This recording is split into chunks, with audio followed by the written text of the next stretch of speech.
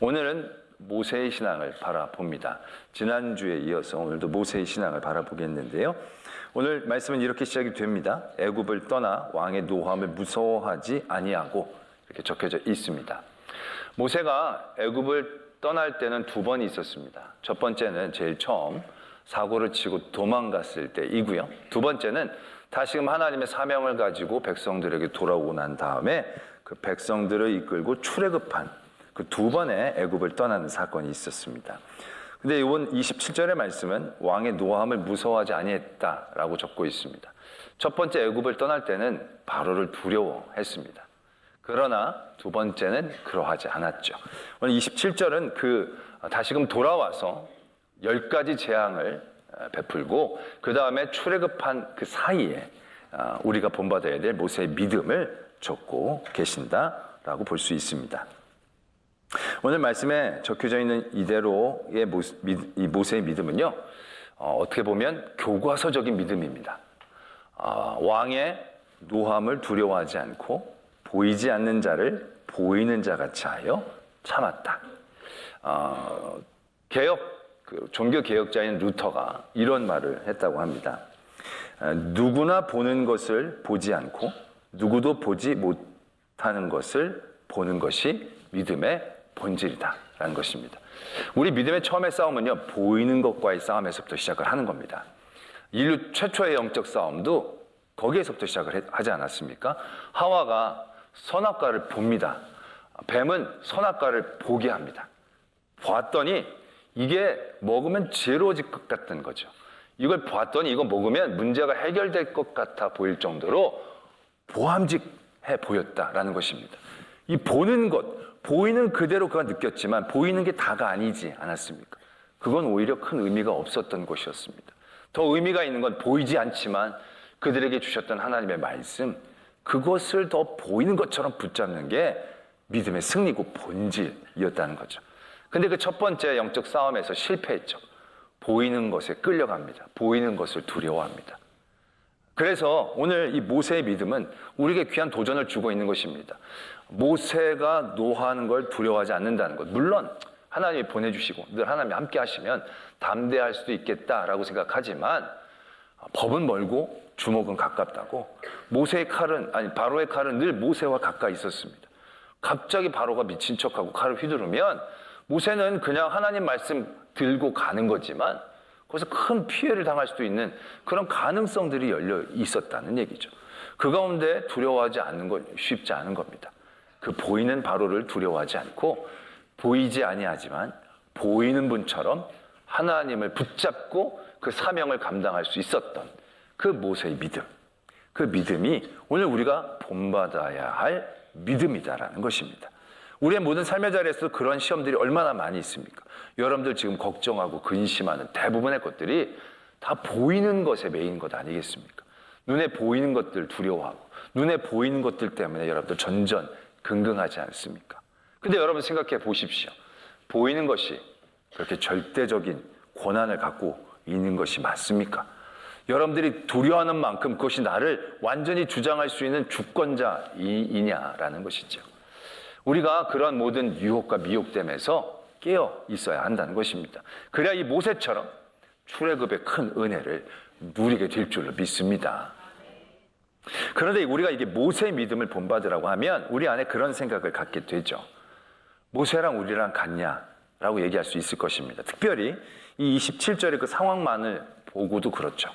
하나님이 모세를 찾아가 주십니다. 떨기나무 가운데서. 나무가 불이 타는데 나무는 타지지 않고 불만 붙는 상황에서 하나님이 모세를 부르시죠. 그리고 모세를 보내십니다. 그리고 때마다 시마다 하나님이 그 입에 말을 넣어주세요. 이제 가라, 이제 와라, 이럴 거다, 저럴 거다 다 가르쳐 주세요. 그것뿐만이 아니라 능력도 주십니다. 모세가 지팡이를 던지면 뱀이 되는 거예요. 잡으면 다시 지팡이가 되는 거예요. 모세가 하나님의 말씀만 따라서 얘기하면 그대로 물이 피가 되고 개구리가 튀어 올라오고 막 이가 천지에 쌓이고 새카매졌다가 우박이 내리고 엄청난 이적이 막 모세가 말할 때마다 이루어지는 거예요. 모세는 그런 이적과 경험들 하나님의 말씀을 갖고 있었으니까 당연히 바로가 두렵지 않겠죠. 그런데 우리는 모세에 비해 너무 하나님의 직접적인 개입이라는 게 많지 않지 않습니까?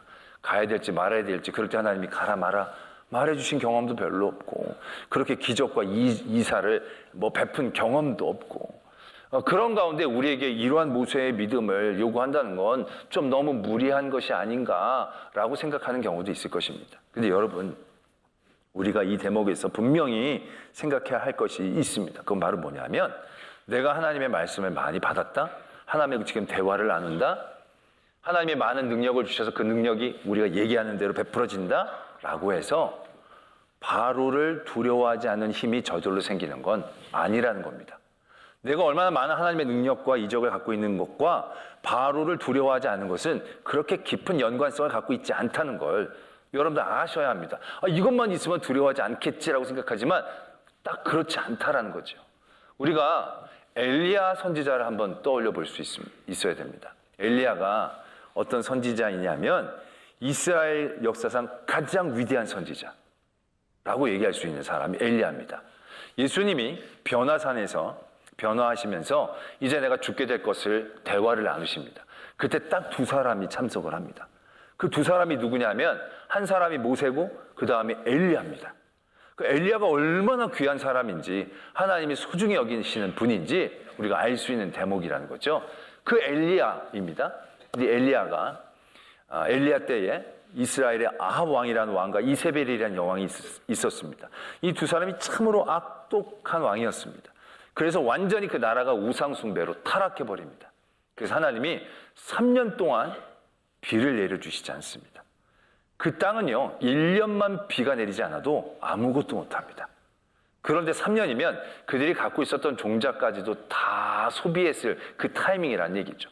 절망 가운데 있었을 그때 하나님이 엘리야를 보내시죠. 엘리야가 대결을 신청합니다. 바알과 아세라를 섬기는 제사장 850명 대 1로 갈멜산에서 하나님 앞에 제사를 드려서 누구의 신이 참신인지 알아내자 대결을 청합니다. 온 백성들이 다 모입니다. 850명의 바알과 아세라의 제사장들이 그들의 신을 부르짖습니다. 대답이 없으니까 몸에 상처를 내며 피를 내며 절규합니다. 그래도 아무 반응이 없죠. 바알과 아세라는요 농사에 특화된 신이에요. 비를 내려주는 신이라고 얘기했어요. 근데 아무리 불러도 한 방울의 물도 떨어지지 않아요. 엘리야가 나섭니다. 돌로 제단을 쌓고 그 위에 재물을 놓고 도랑을 파고 물을 흥건히 붓습니다. 요만한 스파크로 붙었다 이런 오해를 불식하기 위해서 물을 흥건히 채웁니다. 그리고 하나님 앞에 기도했더니 여호와께서 불을 내려주셔서 한 번에 그 모든 것들을 핥아버립니다. 그리고 나서 백성들이 이제 누가 참신인지를 알 수 있게 되었죠. 그리고 850명의 제사장들을 다 죽여버립니다. 완벽한 승리죠.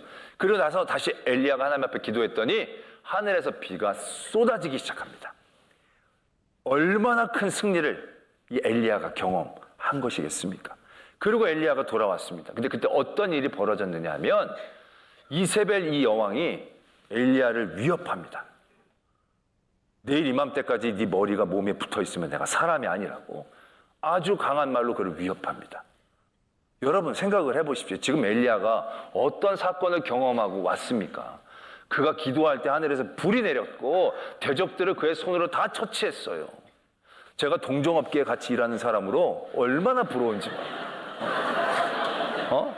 내가 하나님이 은혜를 주셔서 할 때마다 막 무당이 쓰러지고 막 잡신들이 떠나가고 막 비가 오고 비를 먹고 이러면 진짜 같은 종사자로서 얼마나 그게 힘이 되겠습니까? 그러면 진짜 뭐가 두렵겠습니까? 어디든 가라는 대로 진짜 불구덩이라도 다 갈 수 있을 것 같은 생각이 들지 않습니까? 근데 그게 그렇지 않았나 봐요. 엘리야가 그런 엄청난 승리를 경험하고 왔는데 한낱 여인인 이세벨의 위협에 완전히 무너집니다. 그래서 도망가기 시작합니다. 북이스라엘을 떠나서 남유다까지 지나가서 남쪽으로 갈 때까지 정신없이 도망갑니다. 이게 과연 뭘까라는 생각이 드는 거죠. 더 웃긴 거는요. 도망가다 지쳐서 엘리야가 잠에 들었어요. 그랬더니 말씀이 어떻게 적혀 있느냐면 하나님의 천사가 내려와서 엘리야를 어루만집니다. 그냥 보이는 게 아니고 어루만집니다. 생각을 해보세요. 지쳐서 무서워서 여러분들 어디를 도망치고 있는데 누가 이렇게 만지는 거예요. 그래서 눈을 딱 떠봤더니 천사가 이렇게 만지고 있어요. 여러분 마음이 어떻겠어요? 모든 두려움이 사라지고 위로가 되고 벌떡 일어나서 내가 잘못했습니다.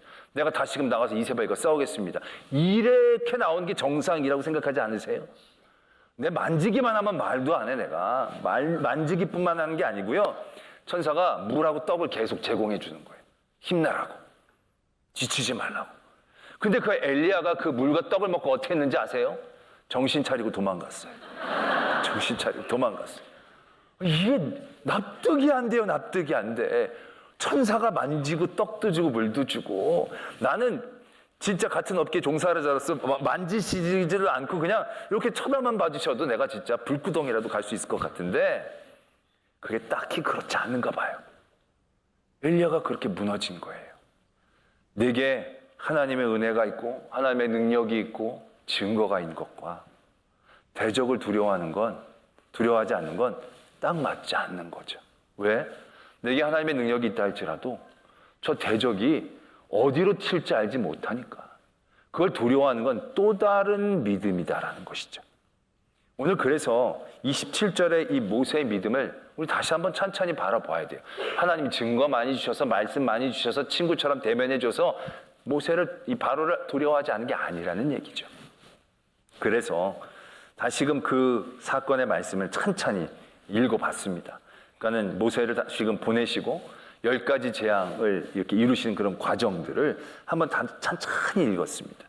근데 그렇게 쭉 읽다 보니까 눈에 딱 띄는 한 사람이 발견이 됩니다. 누구냐면 바로입니다. 바로 왕이 눈에 딱 들어오는 거예요. 왜냐하면 바로가요, 이 사람이 이게 완전히 상남자예요. 이 사람이 아주 이게 줏대가 있고 이게 사람이 아주 그 마음의 심지가 아주 굳은 사람처럼 녹여지는 거예요. 우리가 나쁜 면으로 봐서 그렇지만 읽어보니까요, 이 바로가 이게 보통이 아닌 거예요. 왜냐하면 재앙이 10가지 재앙이 있어요. 10가지. 10번째 무너졌지만 9번째 재앙 하나하나도요, 그게 만만치 않았거든요. 그 재앙들이. 그런데 그런 재앙에도요, 무너지질 않아요. 이 사람이. 넘어가지를 않아요. 온 물이 다 피로 바뀌는 거예요. 담아놓은 물도 피로 바뀌는 거예요. 여러분, 목이 마른데 마시는데 그게 피면 얼마나 기분이 찝찝해요. 얼마나 괴롭겠어요. 그런데 넘어가질 않은 거예요.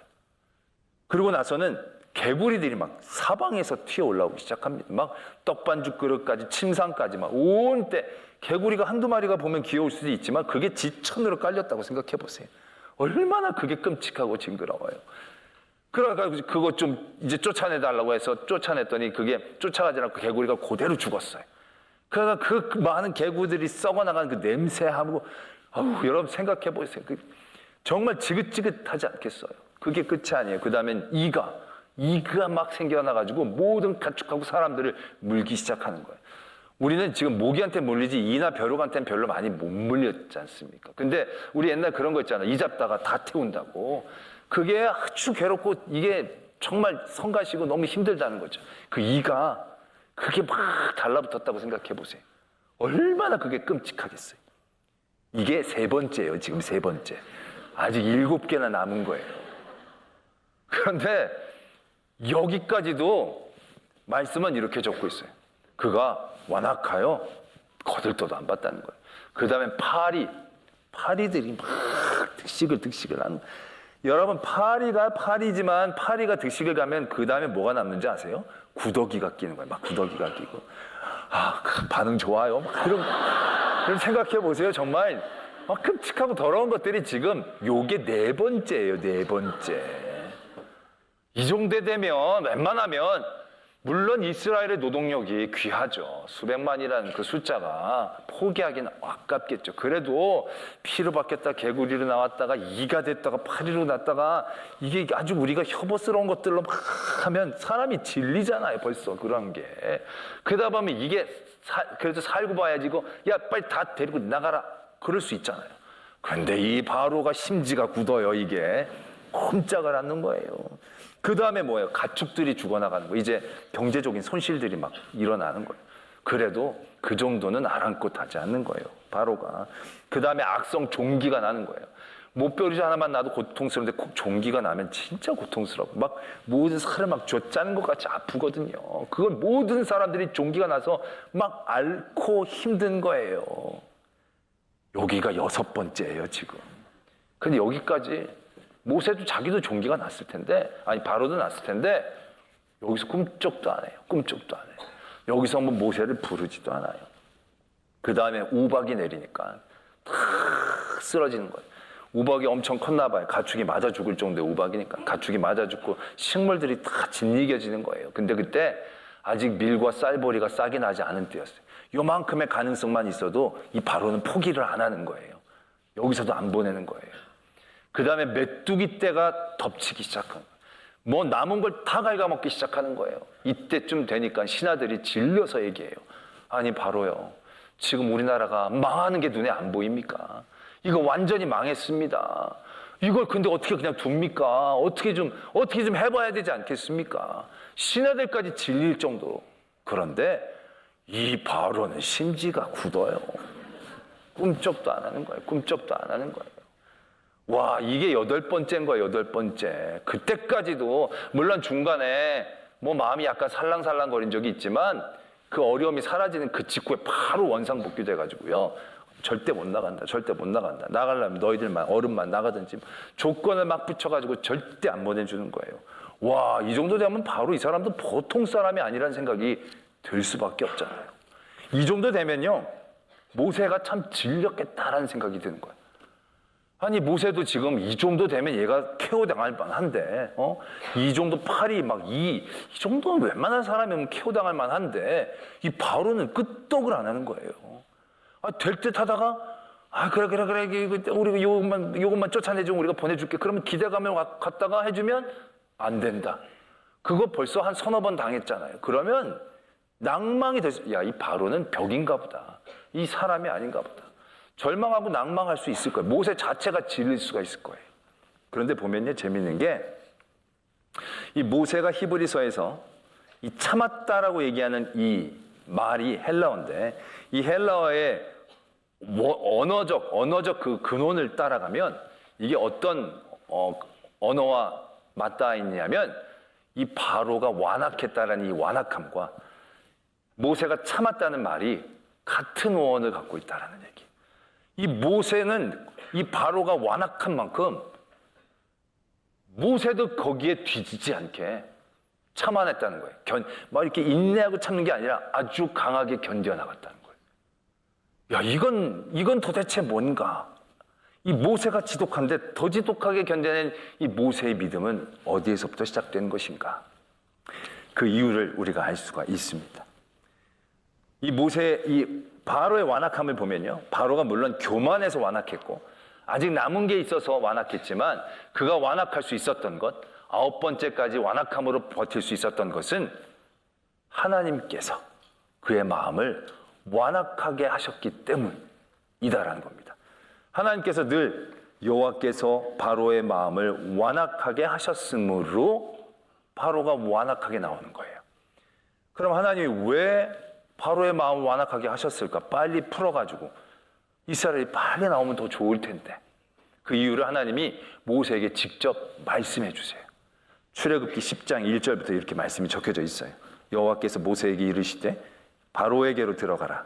내가 그의 마음과 그의 신하들의 마음을 완강하게 함은 나의 표징을 그들 중에 보이기 위함이며 내가 애굽에서 행한 일들 곧 내가 그들 가운데서 행한 표징을 내 아들과 내 자손의 귀에 전하기 위함이라. 너희가 내가 여호와인 줄을 알리라 라고 이유까지 설명해 주신다는 거예요. 그렇기 때문에 이 모세가 바로가 완악할 때마다 무너지지 않을 수 있었던 거예요. 왜? 바로가 저렇게 완악한 건 하나님의 계획 안에 있으니까. 하나님의 섭리 안에 있는 완악함이기 때문에 모세는 그 반복되어지는 바로의 완악함에도 견디어 나갈 수 있는 믿음이 있었다라는 것입니다. 이 모세가 바로를 두려워하지 않을 수 있었던 믿음은 많은 지혜와 능력, 말씀을 들어서가 아니라 그 바로의 완악함이 어디에서부터 왔는지를 분명히 알았기 때문에 견뎌나갈 수 있었다는 거예요. 그래서 말씀에서도 보면요, 그렇게 이제 바로가 보내주겠다 그랬다가 다시 되돌릴 때마다 말씀이 어떻게 적혀져 있느냐면, 바로가 완악하여 내보내지 아니하였으니 여호와께서 모세에게 말씀하심과 같았더라. 바로가 그럴 때마다 하나님이 이미 말씀해 주시는 거야. 바로가 완악하게 나올 거야. 그 얘기를 듣고 모세가 바로에게 나갔을 때, 바로가 완악하게 나왔을 때 두려워하지 않은 거예요. 거기 절망하지 않은 거예요. 낭망하지 않고 또 참을 수 있는 거예요. 왜? 하나님의 계획 가운데 있으니까. 이게 내가 많은 능력을 갖는 것과 별개의 믿음의 시작이다라는 얘기입니다. 대적이 나에게 행동하는 그 모든 것이 대적의 주권 가운데 있다면 우리는 아무리 많은 능력을 갖고 있어도 불안해질 수밖에 없어요. 근데 그 대적이 하나님의 주권 가운데 있다라는 것을 안다는 건 또 다른 믿음의 시작이 될 수 있다는 거예요. 우리가 총이 있으면 사자굴에 들어가도 무섭지 않을까요? 기관단총, 아주 성능 좋은 총이 있어요. 이거 맞으면 사자는 죽어요? 이 총만 주면 사자굴에 두렵지 않고 담대하게 들어갈 수 있습니까? 그건 아니에요. 아니죠? 아닐 거예요. 아니길 바라요. 아니어야 돼요. 왜냐하면 내가 총을 갖고 있는 거지만 이 사자는 또 그 총 바깥에 있으니까, 내가 총을 앞에 들고 있다 할지라도 이 사자가 뒤에서 살금살금 다가와가지고 하거나 내가 총을 쏘기도 전에 나를 덮친다거나 그 소리에 내가 질려가지고 총을 못 당길 수없이 많은 경우의 수가 있으니까 총을 아무리 갖고 있어도 두려움을 이겨낼 수는 없을 거예요. 그런데 내게 짝대기밖에 없어요. 근데 사자굴에 들어갔는데 두려워하지 않을 수가 있는 방법이 있어요. 길이 있어요. 경우가 있어요. 뭐냐? 그 사자가 조련된 사자라는 사실을 알게 된다면, 그 사자가 야생 사자가 아니라 조련사가 채찍질만 한번 하면 조용히 가만히 있는 그런 사자라는 사실을 알고 있다면, 내 손에 막대기 하나만 쥐어지고 있어도 사자굴에 들어간 것이 그렇게까지 두려워지지는 않을 것이다라는 얘기죠. 초대교회 성도들 예수 그리스도를 믿고 많은 시험과 환난을 당하게 됩니다. 만약에 그게 하나님이 한 번도 얘기하신 적이 없고 하나님의 계획이 없던 일이 일어난 거라면 정말 무서운 일일 겁니다. 근데 그게 아니거든요. 예수님께서 분명히 말씀하셨거든요.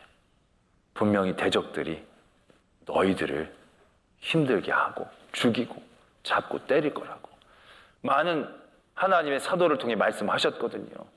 밀가부르듯이 우리를 까부르고 우는 사자처럼 우리를 잡아먹으려고 그들이 우리를 공격할 것이라고. 우리가 당하는 모든 고통과 고난과 환난들, 믿기 때문에 당하는 여러 손해와 어려움들, 이게 없던 일이 아니에요. 이게 예고되지 않은 일이 아니에요. 다 예고되어졌고 하나님은 아시는 일이고 하나님의 계획과 주권 안에 포함되어 있는 일이다라는 거예요. 때문에 우리가 그것을 잘 이해해야 우리 앞에 다가오는 모든 고통과 문제와 환난들에 대해서 두려워하지 않을 수 있는 거예요. 견뎌나갈 수 있는 거예요. 그 완악함에 질려 넘어지는 게 아니라 그 완악함보다도 더 견고함으로 저거도 하나님 말씀하신 거구나. 누가 나를 때려? 내가 믿음 때문에 맞는다라고 얘기하셨지. 그 일들이 이루어지는 거예요. 누가 내 것을 뺏어요? 내가 믿음 때문에 내 것을 빼앗기는 유혹, 시험, 환난 있다고 얘기하셨지. 그 일들이 이루어지는구나 라고 얘기할 때 그 바로를 두려워하지 않을 수 있다는 것을 오늘 이 말씀을 통하여 우리에게 도전하고 계신다는 겁니다.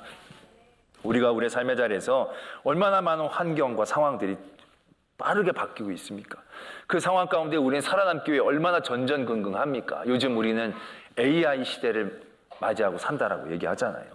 AI 시대에 우리가 어떻게 대비하고 어떻게 준비해야 하는가, 그런 얘기들 굉장히 많이 듣잖아요. 자, 여러분들은 AI 시대를 대비해서 뭘 준비하고 계십니까? 뭘 생각하고 계세요? AI가 되면 직업의 몇십 프로, 70%인가 80%가 사라진다고 그러지 않습니까? 요즘 우리가 그렇게 의대 가려고 열심히 하는데 솔직히 AI가 발달되면 그게 다 진찰도 잘하고 수술도 한다고 그러더라고요. 남들이 그러더라고요.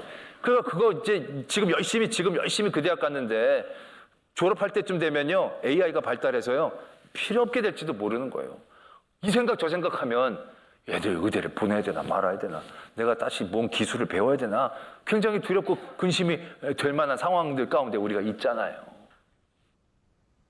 팔자도 좋으세요. 걱정도 안 하시고. 그런데 분명한 건요, AI 시대를 대비해서 우리가 아무리 많은 걸 준비해도요, 두려움을 이겨낼 수는 없어요. 내가 AI 시대를 맞이해서 배관공 기술 자격증도 따고 타일 붙이는 자격증도 따고 몸으로 하는 것들이 유리하다 그래서 다 자격증을 수십 개 쌓아놓는다 할지라도 AI 시대가 오는 두려움과 걱정들을 이겨낼 수는 없어요.